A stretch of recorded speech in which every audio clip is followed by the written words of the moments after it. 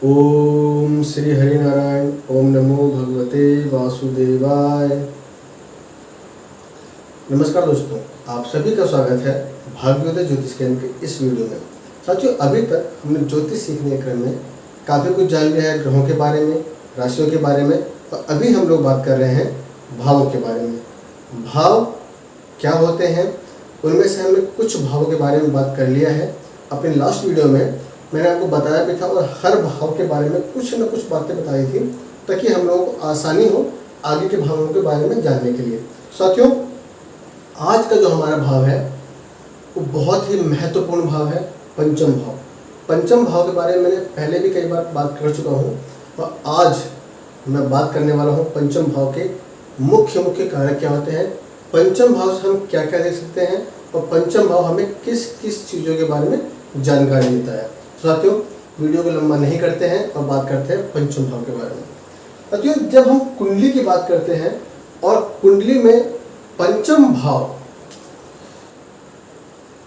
आपकी कुंडली किसी भी राशि की क्यों ना हो, किसी भी लग्न की क्यों ना हो, अगर आपका पंचम भाव मजबूत है तो उस कुंडली में अपने आप बल मिल जाता है। मैंने ये बात क्यों कही, आने वाले टाइम में मैं बताने वाला हूँ। साथियों, लग्न के बारे में हम बात कर चुके हैं, दूसरे भाव जिसको हम धन भाव बोलते हैं उसके बारे में बात कर चुके हैं।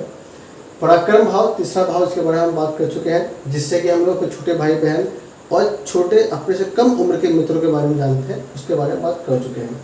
और अपने लास्ट वीडियो में मैंने बात की थी चतुर्थ भाव यानी सुख भाव के बारे में। सुख भाव से किन किन चीज़ों को जानते हैं वो मेरे पिछले वीडियो में आपने देखा ही होगा, फिर थोड़ा रिवाइज कर देता हूँ कि चौथा भाव आपका वाहन, भूमि, अचल संपत्ति जितनी भी होती है, जो अनमूवेबल प्रॉपर्टी होती है, उन सब के बारे में हम लोग जानते हैं। यहाँ पर आपका वाहन भी आता है, जो कि एक आपका मूवेबल प्रॉपर्टी है। इसके अलावा आज हम बात करेंगे सबसे कुंडली के 1, 2, 3, इन 3 को जो हम त्रिकोण बोलते हैं, उन त्रिकोणों में से सबसे ज़्यादा जो महत्वपूर्ण है, लग्न के बाद दूसरा, वो है पंचम भाव। पंचम भाव हमें बहुत सारी चीज़ों के बारे में बताता है। अब जानते हैं कि पंचम भाव आखिर है क्या, क्या क्या जान सकते हैं। साथियों, पंचम भाव आपका संतान का भाव होता है। संतान, आपकी संतान किस तरह की होगी, आपकी संतान अच्छी होगी कि नहीं होगी, उस संतान में कमी तो नहीं होगी, बच्चे कैसे होंगे, कितने पुत्र होंगे, कितनी पुत्रियां होंगी, इन सब चीज़ों के बारे में बताता है। आपके साथ मैंने अपने पिछले वीडियो में, जो मन की बात वाली वीडियो मैंने अपलोड की थी, उसमें मैंने कहा था कि पुत्र या पुत्री कितनी होंगी ये कभी बताना नहीं चाहिए, लेकिन अगर आपको जानना है तो उसके लिए पंचम भाव आप देखिए, आप खुद समझ जाएंगे कि पंचम भाव के अनुसार आपके कितने पुत्र होने चाहिए, कितने पुत्री होने चाहिए। वह सब कैसे देखते हैं वो शायद मैं बताना नहीं चाहता, लेकिन फिर भी पंचम भाव आपका संतान, मेल फीमेल कितनी होंगी, कितने आपके बच्चों को होने में समस्या होगी, जब बच्चा उत्पन्न होगा तो माँ को कितनी तकलीफ होने वाली है, कहीं अबॉर्शन तो नहीं होने वाला, कहीं आपके बच्चे का मिसकैरेज तो नहीं होने वाला, वह सब पंचम भाव दिखाता है। साथियों, पंचम भाव के बारे में मैंने अपनी बहुत पहले वीडियो बनाई थी। इस वीडियो का शीर्षक था कि इष्ट देव कैसे जाने। साथियों, आपका जो पंचम भाव का जो मालिक होता है, पंचम भाव का जो लॉर्ड होता है, फिफ्थ लॉर्ड आपका ये बताता है कि आपके जो सबसे प्यारे, सबसे अच्छे, जिनको आप सबसे ज़्यादा रिस्पेक्ट देते हो, भगवान कौन से हैं। अगर आपके इस भाव में जो राशि बैठी हुई है, उस राशि से संबंधित मैंने आपको देवता बताए थे उस वीडियो में, आप चाहे तो मेरी वीडियोस को जाकर वहाँ देख सकते हैं। अदरवाइज मैं इसका जो लिंक है डिस्क्रिप्शन में डाल दूंगा या आई बटन में डाल दूंगा, आप वहाँ से देख सकते हैं। साथियों, अभी तक हमने बात किया है कि पंचम भाव से आपका संतान, आपका इष्ट देव आदि दिखाया जाता है। इसके अलावा साथियों, आपने अपने पिछले जन्म में कैसे कर्म किए थे, उन कर्मों का कैसा फल आपको मिलने वाला है, आपका प्रारब्ध कैसा था, वह सब पंचम भाव दिखाता है। साथियों, किसी भी व्यक्ति के बस में ये नहीं है कि उसका आने वाला संतान कैसा हो, ये जान सके, क्योंकि आने वाला संतान जो होता है वह आपके पंचम भाव से और आपके प्रारब्ध के अच्छे होने से ही आपको मिलता है। आपने देखा होगा कि कई बार बहुत अच्छे लोगों के घर में भी कुछ ऐसे संतानें पैदा हो जाती हैं जो कि पूरे घर खानदान का नाम बर्बाद कर देती हैं। वह सब भी आपके पूर्व जन्मों के कर्मों का परिणाम स्वरूप होता है वह सब हम लोग पंचम भाव से लेते हैं। साथियों पंचम भाव कालपुरुष कुंडली की सिंह राशि यहाँ पे आती है। तो साथियों आपका राजा से संबंध कैसा होगा, राजा आपके सहयोग करने वाले होंगे कि नहीं, आपका मंत्री पद आपको मिल सकता है या नहीं मिल सकता, आप किसी सरकारी नौकरी में आप अप्लाई कर सकते हैं नहीं कर सकते, वह सब पंचम भाव भी बहुत महत्वपूर्ण रूप से दिखाया जाता है।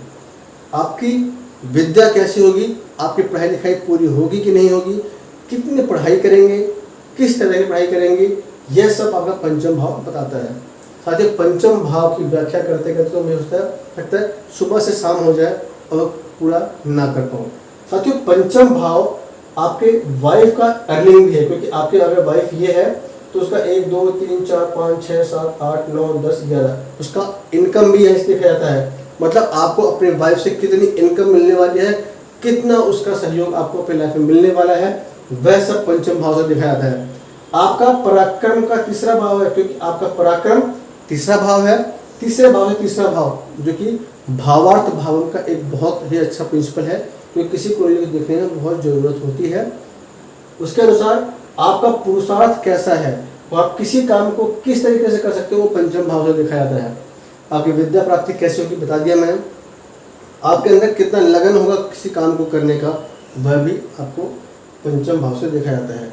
आपका इष्ट पंचम भाव, आपके संतान पंचम भाव, आपकी विद्या कैसी पंचम भाव, आपके पिता का उद्धारण कैसा, क्योंकि आपके पिता से का नवम भाव है ये, पिता का नवम भाव यानी पिता का धर्म कितना अच्छा है उसके बारे में बताता है।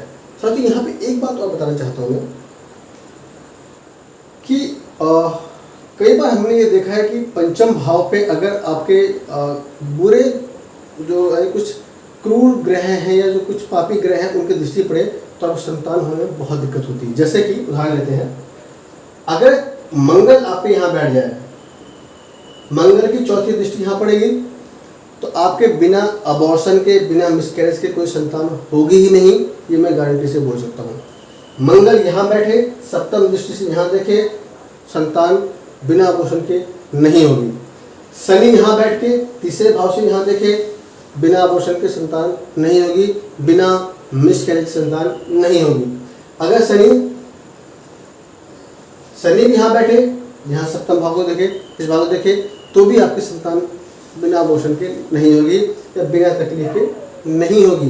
साथियों यही है एक कला, यही है ज्योतिष, किस भाव से क्या देखा, कहाँ से देखा, यही सब चीज़ें आपको एक सफल भविष्यवक्ता बनाने में बहुत कारगर होती हैं। साथियों यह एक छोटे एग्जाम्पल थे जो मैंने आपको बताने की कोशिश की है कि ताकि आप समझ सकें कि आपको ज्योतिष का कहाँ तक ज्ञान हो सकता है, ज्योतिष आप कहाँ से कहाँ दे सकते हैं, आपकी माता का कितना धन है, आपकी माता को से आपको कितनी प्रॉपर्टी मिलेगी, आपको पंचम भाव बताता है।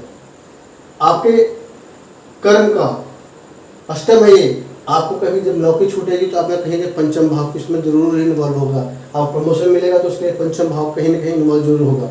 साथियों पंचम भाव अपने आप में बहुत महत्वपूर्ण है। मैंने जो बातें बताई हैं आप उसको बार बार देखने की कोशिश कीजिएगा, समझने की कोशिश कीजिएगा, क्योंकि यह पंचम भाव आपके जिंदगी का प्रारब्ध है और आप उस जन्म से जो भी कुछ लेकर के आए हैं वो पंचम भाव आपको बताता है।